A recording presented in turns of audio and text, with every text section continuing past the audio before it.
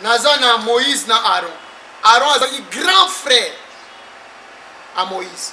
Mais Dieu n'a pas choisi les grands frères pour diriger Israël. Il a choisi les petits. Les gens n'aiment pas la facilité. Restez dans votre église. Nzamba kopa mbolo na kati na église na soumission. Les gens toujours, oh, j'ai l'appel au ministère. Quel ministère vous avez? Parce qu'il y en a 5. Quel ministère?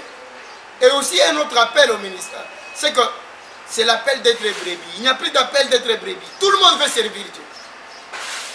Maintenant, comme ils veulent servir Dieu à leur manière, Dieu m'a appelé au ministère. Il y a comme oh, basi bako la ta pantalon, basi bako sala boy. Pour aïe bien le quoi sala na sacerdoce ça. Vraiment. Oh là. Le bas amène bien. Si tu as un problème, va voir ton frère.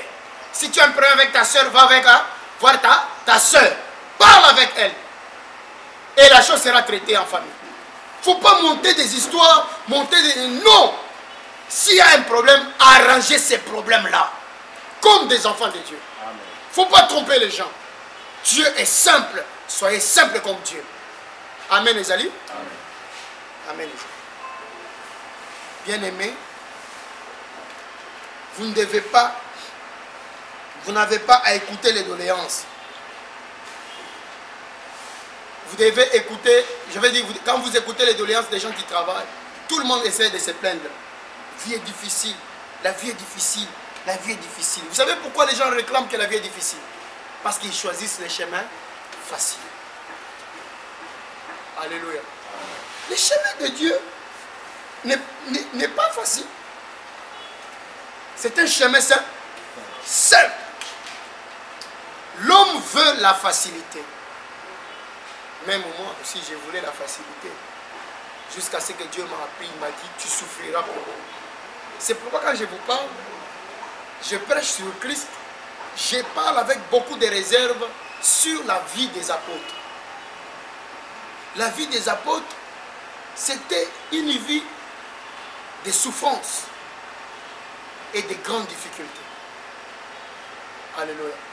Oui, j'ai dit souffrance et difficultés. Les gens, aujourd'hui, quand ils parlent de la grâce, on a tendance à penser que les apôtres n'étaient pas dans la grâce. Les apôtres étaient dans la grâce. Ils ont même inauguré le temps de la grâce que nous. Nous, nos pères sont les pères apostoliques. Ils ont inauguré le temps de la grâce. Mais comment aujourd'hui les gens ont tendance à nous montrer que le gars là, ils sont comme un danger que bango. C'est faux. Mes frères, c'est faux. Le temps de la grâce a été inauguré par les apôtres. Ils ont fait comme ça avec l'évangile de Christ. Aujourd'hui, c'est facile. Quelqu'un prêche, souka, parce qu'il cherche la facilité, il demande des offrandes. Balobi, Galates 6:6, partager. C'est Balobi que Kosengate. Soyez vous toi kabagate. No Kosengate kabilanga. Na kote liloba. Bisika na kolona. Bozui ya ngai, eza peut-être pas na yete. Mais biso to komi ko na bato bakabakate, to komi ko senga bango sani. Bakaba, elle ba ko kabele aussi ma komi ko critiquer pe koloba n'importe quoi. Pourquoi nous voulons la facilité? Pourquoi certaines personnes ont facilité les choses de Dieu? Qui a $1000, qui a $3000? Jésus n'a pas fait des choses comme ça. N'a pas fait des choses comme ça. Ceux qui Nzambe alinga pesa, tel Nzambe a pesi, l'autre fois nazo pesa témoignage Nzambe merci. Pour pesi ba voisin ma pango bati la biso ba boîte de nuit et c'est la biso makelele butu na monde. Na lobi na nani? Ça? Merci parce que soki muto zulu asombi lupango na makasi na eta. Deutéronome le bien. Soki muto komi pe mutu. Nzambe lobi eloko moko te kosala na mabele sanke ya sani autorisé yango. Ndeke ya pamba akoki kokoya na piège te soki Nzambe autorisé te. Et bongo mutu asomba lupango. Yokani Satan a autorisé yango eza Nzambe ndi apesaka bato mapango. Quand on a yosola na yo boye yo peso lupango na. Amen. Nzambe ndi apesaka mapango. Bozomo. Siko. Les gens cherchent la facilité. Pour que maintenant, la facilité, Alors tu créer ma manœuvre T. Tu créer manœuvre T. Tu as un projet dans l'église. L'église c'est un projet fulani. Faisons tel projet. Pas de magouille, pas de malhonnêteté. Honnête, clean. Ce n'est pas qu'on dit quelque chose et on fait autre chose. C'est pas correct. Les gens cherchent. Oh, excusez-moi les hommes de Dieu qui vont suivre cette vidéo. Un pasteur a demandé l'argent pour construire l'église, mais à Sombeli Mosine Moutou. Nambongo.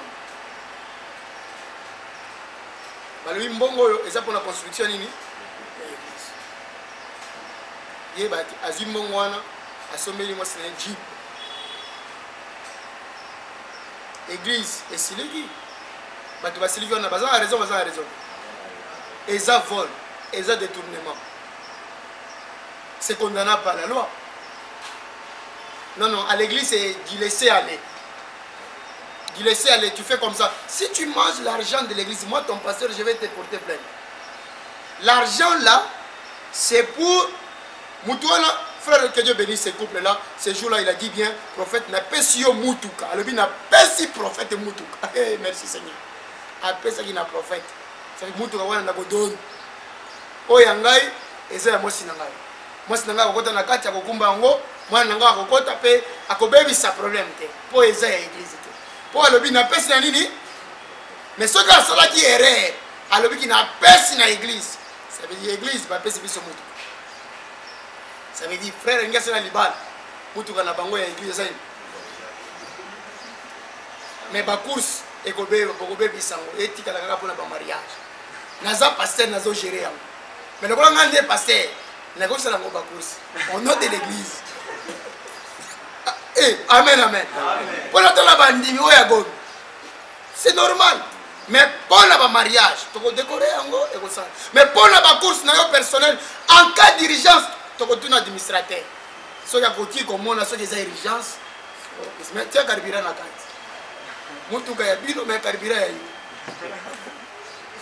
Alléluia. Je vous dis ça, je vous parle pour comment gérer la chose de l'église, la chose de Dieu. La chose de Dieu. Quand c'est une chose communautaire, il y a une gestion bouille. Ainsi de suite. Ne cherchez pas les chemins de la facilité. Jeune ministre de Dieu, toi qui as un appel au ministère, ne cherchez pas les chemins de la facilité. Les apôtres ont souffert pour l'évangile. Aujourd'hui, vous avez Facebook, WhatsApp, Instagram et autre chose. Mais pas pour les saints apôtres. Nos pères apostoliques ont souffert pour cet évangile. Et aujourd'hui, vous ne voulez pas souffrir. Pourquoi? La vie se résume en 3 choses. Première chose, c'est la bissiga aux femmes. Deuxième chose, Lia Foufou Lala. Troisième chose, Zambazar. Ici. Vous avez bissiga Lala. Vous avez un Oliaka. Vigno sur moi. Vous avez un vigno sur moi. Olingi Mercedes, Olingi limousine, Olingi Nini. On est comme accessoire. Ako pesa yo yango, ako pesa pe yango. Na fanda na lupango na ndako ya karo. Et bon biso to bandi vio na poussière. Et ça accessoire. Yo lingo fanda na marbre, bandana na karo de faïence, il y a 1000 francs ya chinois. On nzambe so atali o tamboli malam, ako pesa marbre. Mais soko lingika saut de mouton. Saut de mouton, saut de âne, d'odane. Hein? On sera d'odane, pam, de coq à l'âne, de zéro, mbalamoko ya héros. Kaka, ndeko wanete. Ata ba héros yango, babandaka kuna dans la forêt. Amen. Et ça, kaka de zéro à héros, kaka ndenge bazolo bango, bazote yango, ndenge bazote ya wanete. Quand balobi de zéro à héros, ils ont vraiment zéro té. Et ça, zéro wana nijolo bake abandaki quelque part. David abandaki na Zamba. Amen. Solo ya bibwele ezalaka na ye. Ti ake kobondana Goliath wana auti kobate kosala entraînement na bibwele. Na entraînement wana aboma baliona ba ours. Na Zamba. Pasteur ezalaki te. Amen. Tant occasion se présenter, opportunité se présenter, on dit toute bonne chose concourt au bien de ceux qui aiment Dieu. Yango moni batu ya église ebele, moyen ba comme ba ministre d'état na pasi. Pour balingi facilité, pour kanisa comme ministre il faut prière. Il faut compétence. intelligence, efficient dans le travail, honnête. On a besoin de ministres honnêtes comme les frères que je vois ici. Amen. Ce sont des gens honnêtes. Amen. Frères, vous avez bien. Amen. Des frères honnêtes. Quelqu'un qui a les soucis de l'église. Qui a les soucis de l'église. Pour les leçons comme le premier ministre. N'a pas de les panaïs. Pour la prière, pour appeler ça bon à l'église. Alléluia. N'a pas les civils. Visite comme il y a des panaïs. Tongo na sabuna. Midi nazali. Pourquoi nazali? Ce qu'on me dit que les mangas, tout le monde est comme ça, ministre. Et bon, on s'en va faire ce qui ministre à la bonne. Et bon, le ministre, le ministre, Pesaka. Au moins, il y a Pesaka, il frère, il y a son frère Jibem Piana, pour voir Gabang. Casse. Pour voir Gabang, on est sur la banque. Pour le président, on fait la famille boy. Ayo qui musique, ah, comme on est là, ils sont là. Pour le Canada, on tourne à Bayamba, il y a ça là. Ayo boy, oh, ministre, oh, son excellence, j'ai vu éternellement, je te salue.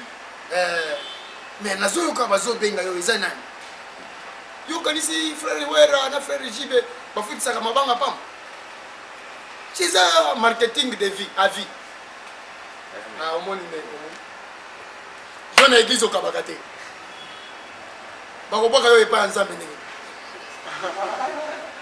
Amen. batai na liste bato badimi ozakate bato ya liste bato baos préparer mariage à la 14 aux athées. Va préparer na bato oyo ba kombola ka église aux athées. Ba koboka libanga na likamboni. So ina ke pa nzambe na bosa kuto aux athées na mukanisi na ba. Natali na liste na ba liste nyos. Na liste ya bato ba kenda ko visiter baninga aux athées. Na liste ya bato bakenda na matanga jour na aux athées. Mais yo za mon limite. Oza mupagano. Kuto na place na kolinga mupagano aya. Pour Mpagano visiter Kabat, Mpagano qui est dans Matanga Kabat, Mpagano a la compassion. Yo osa na makambo wana te. Mpagano kabola kata fufuna ba voisin. Yo okabakata. Tu cherches le chemin de la facilité. Kaka yo kaka basale la yo. Non. C'est que tu veux que basale la yo. Yo peut sale la baninga. Je suis ici, je travaille pour Dieu. Soy bolingi na zo mapa mbolinyos na gozo ya mo. Ya ko kombo l'église na ko kombo. Ya ko son bonisa toilette na ko sala yango. Pour na yebike na chaque domaine mapa mboli ekitaka. Na ko kombo la nyos. Na ko pambwama. Si ko ko kombo le ko tonda na binzambe bimisanga na église parce que pamboli nga yango tellement batongo na hotel ba pamba mate batika ka bango moko na kendi na ngai. Na tiki bino. Si vous ne servez pas Dieu, vous ne servez pas votre bénédiction. Amen. La bénédiction, on ne la demande pas dans la prière, on la demande dans le service. Quand tu sers Dieu, Dieu est obligé de te bénir. Un jour, une maman est venue de Massina, il cherchait le prophète William. Tu sais, il y a un nanga, mon côté vendeur, moi, il côté la division na bureau, et tu sais, il y a un bureau. Tu vas quitter jour on a mboule beti ma etondi. Alors cette femme est venue de Massina, elle dit je cherche le prophète William akuti bisona na sina gumbi pantalon na ngai wana salité ya kanisa ya kuta mutu moko composé atie col mao atie col pastoral na veste papa Joseph arrivé à kuta homme de feu. C'est lui qui a le cantou bien de Dieu. Quand il est venu, il a trouvé un monsieur simple. Il dit bonjour madame, bonjour. Oh, on m'a envoyé, je cherche le bishop, le prophète William. Ah, le prophète William. Ah, ok, merci. Attendez-le, il arrive. Attendez-le qu'on évacue, il va entrer d'ici. Tu évacues Maï, tout ici, car on a moi pantalon, on a wana. Dieu est simple. Frères, sœurs, aspirez à la simplicité. Amen. Dieu est un Dieu qui élève ceux qui se rabaissent. Amen. Soyez simples, je vous en prie. Laissez Dieu vous manifester. Soyez simples. Quand Dieu a dit coupez les vidéos sur YouTube, j'ai coupé. Mais prophète, il n'y a plus de vues. nzambe akobosa na nga te nasalaka mosala mpona bato te nasalaka mosala mpona nzambe. Mais prophète alobi nzambe apesi YouTube akopesa mpe télévision mais ayebisi nga na kati alobi nakobandela lokola alobi tobandela tokobandela. Vous devez marcher par Dieu. Faites pas les choses par vous-même. Muto apesa kwa inspiration alobi koloba te mikolo yo ke koloba maloba moko koloba ko ekorele ba problème. Écoutez toujours votre Dieu. Cette maman qui est venue, il est venu, je parle de la simplicité, n'est-ce pas, et la facilité. Cette femme est venue, j'ai dit, après, tu évacuer, tu ranger, j'ai dit à mon fils qui était là, Lionel, fais-la entrer. Elle est entrée au bureau. J'ai dit, madame, prenez place. Je suis le prophète William. Et donc, ndenge bayebisa qui est, na mutu akutani esangani te. Akutani mutu moko mukuse aza 16 plus. Kutu mikolo nzamba pambola mama Myriam na komi kolia chaque jour. Amen. Et puis na balaki. Amen. Ah Seigneur, merci. Amen. Na komi kolia atana lobi na jeune na banda kolia kakate. Souci ya célibataire. Vraiment. Batu boka ni seza ka ba jeune. Na bando jeune chaque jour des soucis. Moi c'est ça té. Kaka ba prière. Alléluia. Il y a des démons qui sont dans la vie, dans le mariage. Célibataire, bala. Amen. Au nom de Dieu. Merci Seigneur. Il bat les gens qui toquent. Il bat les gens qui toquent. Oh, moi, je lance bala. Bala au nom de Jésus. Moi, la production, bala au nom de Jésus. Donc là, les cantards de Tozo Balissa. Tozo Balissa, oh Seigneur, merci. Eh, prophète Yamoukou, comme il va Balissa.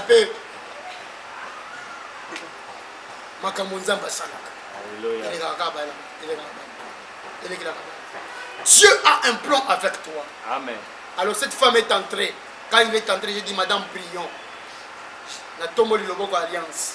Et bien, Seigneur, maman, oh, aye koluka ngaite. Aye koluka yo. Yo mbombo makanakati ya bato yo baza mikitisa. Yo zanzambe munene. O zanzambe na nguya. La kisa koza bisika a. Tango nzamba kiti. Dès mon amour, c'est le dit que naïki prophète Esaïo. Zamba lo bakaka te. Asili saka makambo ya baba. Amen. Amen. Nabi makambo na weza boye na boye. Pour signe que esili. Ndenge to bazolo bana yo a. Matile bando bima yo. Prophète nabi sikoyo. Dieu ne donne pas des signes oyo okende kubambana na mo kubambana chaîne. Oh miracle, baba comme koloba. Baba zolo ba mbala mo papa. Baba ebi namoni Bible. Ya moni Bible. Depuis abota ba mona Bible. Avec la moni Bible. Oh ezanine, oh ezanine. Ah! Avec la ebi na couleur rouge. Depuis abota ma ya ebi. Eza couleur rouge, eza rouge avec. Nzambe na ngai miracle boye vraiment na monétaire. Avec la monétaire afungoli miso na ko fungula miso na ko yeba couleur RVB ayebi yango rouge vert bleu ayebi yango kaka nzambe na ngai. So di nzamba sali miracle gloire au Seigneur. So ka salité yangani. Amen. Problème na bino ozondi ma lisusu lilobate. Le premier miracle c'est la parole. Amen. Arrivera-t-il au bois sec? On conduira en même temps deux malfaiteurs qui devaient être mis à mort avec Jésus. Amen. Cette écriture peut me servir d'introduire ma prochaine intervention sur la théologie de la souffrance.